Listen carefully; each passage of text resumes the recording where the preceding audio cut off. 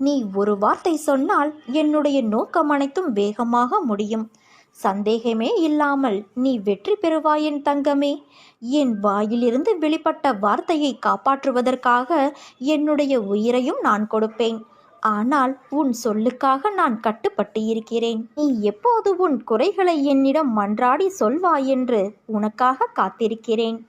தைரியமாக நம்பிக்கையோடு செயல்படு. இந்த வயதில் உழைக்காமல் வேறு எந்த வயதில் நீ உழைக்கப் போகிறாய்? சோர்வு, தோல்வி இவை அனைத்தையும் தூக்கி எறி. அதனால் வார்த்தையை பேசும்போது ஒவ்வொரு வார்த்தையையும் யோசித்து பேசு. உன்னை கோபப்படுத்தும் சூழ்நிலை வந்தாலும் அமைதியாக இரு. கோபத்தில் பொறுமையும் நிதானத்தையும் இழக்காதே.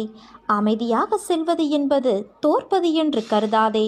தோற்பது முக்கியமல்ல, இறுதியில் யார் நிறைவடைகிறார்கள் என்பதுதான் முக்கியம். உனக்கு பிடிக்காத விஷயங்கள் நடந்தால் அந்த ஒரு நிமிடம் என் நாமத்தை உச்சரி. என்னை உன் நினைவில் கொண்டு வா. மற்றதை நான் பார்த்து கொள்கிறேன். நீ உன்னில் பார்க்கும் அனைத்துமாய் அகிலத்தின் ரூபமாய் உனக்கு உன் அன்னையான நான் இருப்பேன். நீ என் பரிபூரண அருளும் அன்பும் ஆசியும் பெற்ற என் செல்ல பிள்ளை. நீ உரசாமல் வைரத்தை பட்டை தீட்ட முடியாது. நெருப்பில்லாமல் தங்கத்தை தூய்மைப்படுத்த முடியாது. அதுபோல நல்லவர்கள் சோதனைக்கு உள்ளாவார்கள், ஆனால் ஒருபோதும் வீழ்ந்து விடமாட்டார்கள். விடியலை நோக்கி நீ தினமும் காத்து கொண்டு இருக்கிறாயல்லவா? யார் உன்னை வேண்டாம் என்று கூறிவிட்டு போனாலும் எக்காரணத்தை கொண்டும் கோபத்தை வெளிப்படுத்தாதே.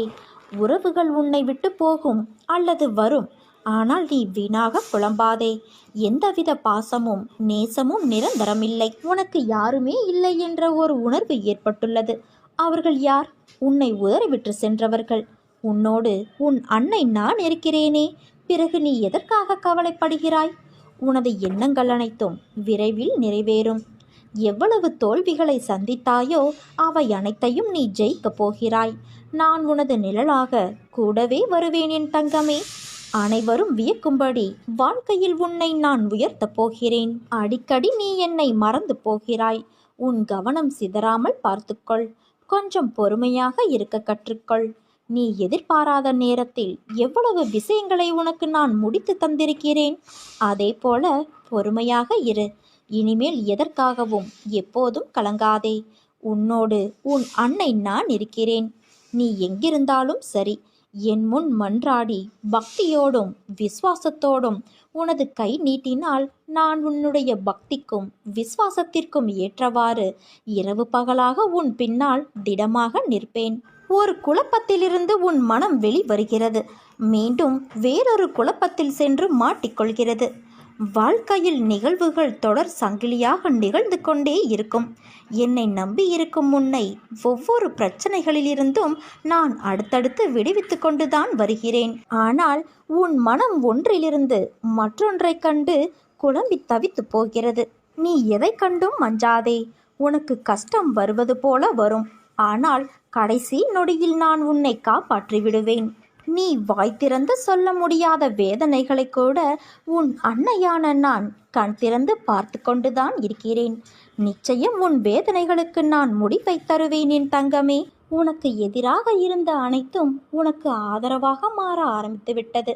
இன்னும் 2 மாதங்களில் நீ நினைத்தபடி பல நிகழ்வுகள் நடக்கப் போகிறது. அதற்குள் அவசரப்பட்டு நீ பொறுமையை இழந்து எதுவும் செய்துவிடாதே. எல்லா விஷயங்களையும் நான் ரகசியமாகவே செய்து தருகிறேன். யாருடைய கண்களில் கண்ணீர் துளிகள் கசிந்து உருகி ஓடுகின்றனவோ அவர்கள் ஆத்மார்த்தமாக வேண்டுகிறார்கள் என்று அர்த்தம். மற்றவர்கள் அந்த அவசியத்தில் இல்லை என்பதால் மேம்போக்காக வேண்டுகிறார்கள். எந்த வெள்ளம் புரண்டு வருகிறதோ அந்த வெள்ளம் வழிகளை உண்டாக்குகிறது. எங்கே நீர்வரத்து இல்லையோ அங்கே வழிகள் உண்டாவது இல்லை. இதுதான் கண்ணீரோடு வேண்டுகிற வேண்டுதலுக்கும் கடமைக்காக வேண்டுகிற வேண்டுதலுக்கும் இடையே உள்ள வித்தியாசம். என்னிடம் இருந்து பற்றி கொண்டாயே என கேட்டு அழாதே. நீ என்னை பற்றி கொண்டு என்னிடம் இருக்கிறாயே. நான் என்ன பேறு பெற்றவன் என எண்ணி அழுது என்னை போற்று. என்னை வணங்குவதற்காக பூஜை புனஸ்காரங்கள் செய்வதையும் பிறர் பாராட்ட நடந்து கொள்வதையும் தவிர்த்துவிடு. நான் இதை விரும்புவது கிடையாது. வெளிப்படையான ஆடம்பர வழிபாட்டுக்கு நான் முக்கியத்துவம் தருவது இல்லை. காரணம், அதை செய்வதற்கான பலனை உடனே அடைந்து விட முடியும். அதற்கு மேல் பலனை எதிர்பார்க்க முடியாது அல்லவா? ஆத்மார்த்தமாக இதயத்திற்குள் என்னை குடியேற்றி அங்கே என்னை வழிபடு. அப்போது உன் மனதும் செயலும் யாருக்கும் தெரியாது. அனைத்தும் ரகசியமாக இருப்பதால் நானும் எல்லா விஷயங்களையும் ரகசியமாகவே செய்து தருவேன். பொறுமையும் தன்னம்பிக்கையும் தான் தைரியம். அதை நீ தொலைத்து விடாதே. எப்பொழுது நீ எந்த பிரச்சனைகளை சந்திக்க நேர்ந்தாலும் அதை எதிர்த்து போராட கற்றுக்கொள். அப்போது அது உன்னை காப்பாற்றும். ஆனால் எது நடந்தாலும், நீ எதை எதை செய்திருந்தாலும் அதை நீ உணரும் தருணத்தில் அனைத்தையும் நான் மன்னித்து உன்னை ஆசிர்வதிப்பேன். சகிப்புத்தன்மை இல்லை என்றால் உன் நிலை மிகவும் கவலைக்கிடமாகும். இதை மட்டும் நினைவில் வைத்துக்கொண்டு வாழ கற்றுக்கொள். நீ எவ்வளவு பெரிய வம்சாவளியை சேர்ந்திருந்தாலும், ஒழுக்கத்தோடும் சிறந்த நற்குணங்களோடு இருந்தாலும், வறுமையின் காரணமாக மிகவும் கடினமான சூழ்நிலையில் இருந்தாலும், அனைத்தையும் ஏற்றுக்கொள்ளும் மன தூய்மையும் தன்னலமற்ற சிந்தனைகளும் எண்ணங்களும் இல்லை என்றால் எதையுமே நீ எதிர்கொள்ள முடியாது, சாதிக்கவும் முடியாது. மிகவும் முக்கியம் சகிப்புத்தன்மை. இது மட்டும் உன் வாழ்க்கையில் இல்லாவிட்டால் உன் வாழ்க்கையே பறிபோகிவிடும். நான் பக்கபலமாக இருந்தாலும், நானே அனைத்திற்கும் சர்வாதிகாரி என்றாலும், அனைத்தும் எனக்கு கட்டுப்பட்டு இருந்தாலும், உன்னிடம் நிலையான உண்மையான பக்தியும் இருந்தால் மட்டுமே நான் உன்னை அனைத்திலும் இருந்து பாதுகாக்க முடியும். நம்பிக்கையையும் சகிப்புத்தன்மையையும் உனது தைரியத்தையும் தான் நான் உன்னிடம் இருந்து எதிர்பார்க்கிறேன். உன் வருகைக்காக நான் காத்திருக்கிறேன். நான் உனக்கு உனது மனநிலையை புரிந்து கொண்டு அழைப்பு விடுத்திருக்கிறேன். என் அழைப்பை ஏற்று விரைந்து வா என் குழந்தையே. அம்மா உனக்காக என் விழி திறந்து என் ஆலயத்தில் உனக்காகவே காத்திருக்கிறேன். என் அனுமதியின்றி எதுவும் நடக்காது. எவரையும் நெருங்க முடியாது. என் அனுமதியின்றி என் மண்ணில் பாதம் பதிக்க முடியாது. உனக்கு ஏற்பட்ட துயரங்கள் அனைத்தும் உன்னை விட்டு விலகிவிடும். தன்னம்பிக்கையை நீ இழந்து விடாதே. அனைத்தும் விரைவில் மாறப்போகிறது. நீ எதற்கும் பயப்படாதே, கலங்காதே. என் ஆலயத்திற்கு வந்து ஒரு முறை என்னை தரிசித்து விட்டு போ. என் பக்தன் நல்லவனோ கெட்டவனோ அவன் என்னுடையவன். அவனுக்கும் எனக்கும் இடையே பேதம் எதுவுமே கிடையாது. இப்போது அவன் பொறுப்பு முழுவதும் என்னிடமே உள்ளது குழந்தையே. நீ சுகமாக இருப்பதற்கு பல விஷயங்கள் இருக்க, இல்லாத ஒன்றிற்காகவும் நிலைக்காத ஒன்றிற்காகவும் ஏன் வருத்தப்படுகிறாய்? உன் வருத்தம் உன்னை தடுமாற வைக்கிறது. அந்த தடுமாற்றம் உனக்கு பயத்தை கொடுக்கிறது. பயமே உன்னை மெல்ல மெல்ல கொன்று கொண்டு இருக்கிறது. உன் முகத்தை இறுக்கமாக்கி நோயாளியைப் போல காட்டிக்கொண்டு இருக்கிறது. உன் சிந்தனை உன் நம்பிக்கையை சிதைத்து வருகிறது. இப்படி ஒவ்வொன்றையும் மனதிற்கு உகந்ததாக ஏற்றுக்கொள்ளாமல் மனதிற்கு உளைச்சல் தரும் விஷயங்களை நீயாக தேர்வு செய்து தத்தளித்து கொண்டு இருக்கிறாய். நான் என்று உன்னை கைப்பிடித்தேனோ அன்று முதல் இன்று வரை நீ கேட்டாலும் கேட்காவிட்டாலும் உனக்கு நன்மை மட்டுமே செய்து வருகிறேன். நான் அடிக்கடி கூறுவது போல நீ எதற்கும் கலங்காதே, திகைக்காதே, தைரியமாக இரு என் செல்வமே. இந்த விஷயங்கள் எல்லாம் உன்னை என்னோடு மிக இறுக்கமாக இணைப்பதற்காகவே நடந்தவை. உன்னை முன்னும் பின்னும் பக்கவாட்டிலும் எல்லா திசைகளிலும் இருந்து நான் பாதுகாக்கின்றேன். என் மீது நீ நம்பிக்கை வை. உன் கோரிக்கைகளை நிறைவேற்றி பிரார்த்தனை அனைத்திற்கும் பதில் தரவே நான் அவதரித்து இருக்கிறேன். ஒவ்வொருவரும் வாழ்க்கையில் நடக்கும் பிரச்சனைகளை எதிர்கொண்டு போராடி வருகிறார்கள். எல்லோரும் கஷ்டங்களை அனுபவித்து வாழ்வது கிடையாது. துன்பங்கள் எவ்வளவு வந்தாலும் அதை மனதிற்குள் எடுத்துச் செல்லக்கூடாது. சந்தோஷம் எவ்வளவு வந்தாலும் அதை தலைக்கு எடுத்துச் செல்லக்கூடாது. அது தலைக்கணத்தை கொடுத்து குனிய வைக்கும். உப்பும் சர்க்கரையும் பார்க்க ஒரே நிறம்தான், ஆனால் அதன் சுவை மாறுபடுகிறது அல்லவா? அதே போலத்தான் இன்பமும் துன்பமும் இரண்டும் ஒன்றுதான். அதன் விளைவுதான் உன் வாழ்க்கையில் உனக்கு ஏற்படும் சுவை.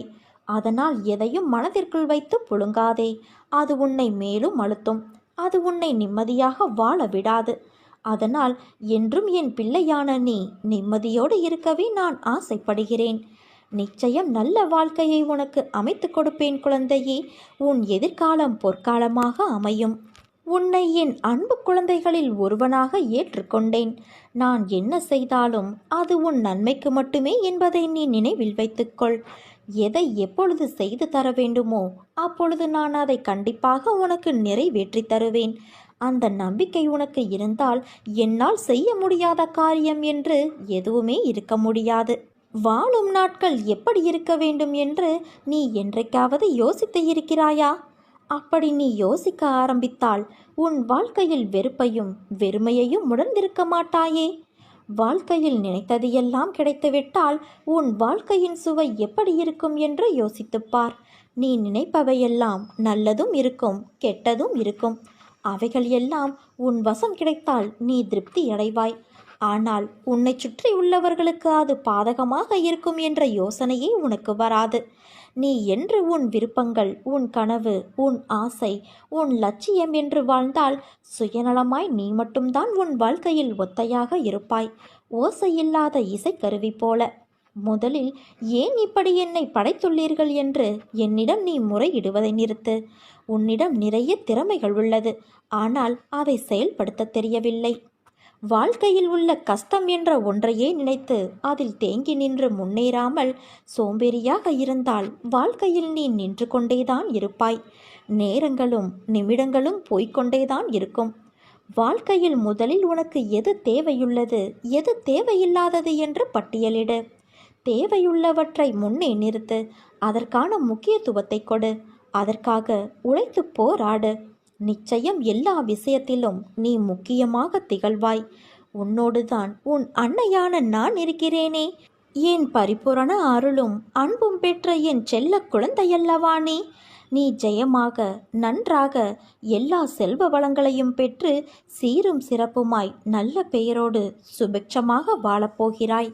சிறு வயதிலிருந்தே உன் மனதில் பதிந்த கஷ்டங்களால் எதிர்காலம் பற்றிய பயம் எப்போதும் உனக்குள் ஓடிக்கொண்டு இருக்கிறது. உன் வாழ்க்கையை மாற்றும் சக்தி உன்னிடம் இருந்தாலும் இந்த பயம் மட்டும் உன்னை தொடர்ந்து கொண்டே இருக்கிறது. ஆனால் உன் எதிர்காலம் சிறப்பான ஒன்றாக நிச்சயமாக இருக்கப் போகிறது.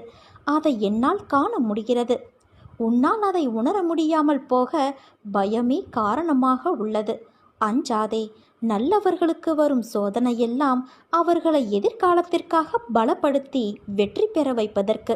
நீ நிச்சயமாக வெற்றி பெறுவாய் குழந்தையே. இதுவரை உன்னுடைய பிரச்சனைகளை தீர்க்க வழி தெரியாமல் தவித்த நீ நிவாரணம் தேடி எவ்வளவோ இடங்களை சுற்றிவிட்டாய். இப்போது நீங்கள் என்னை காப்பாற்றுவீர்கள் என நம்புகிறேன். என்னுடைய இப்போதைய பிரச்சனை எப்படி இருந்தாலும் உங்கள் அருளால் அவை அனைத்தும் காணாமல் போய்விடும் என்பதை நான் முழுமையாக நம்புகிறேன் என்று என் மீது நீ விசுவாசம் வைத்திருக்கிறாய். உன்னை நான் எப்படி கைவிடுவேன் சொல்?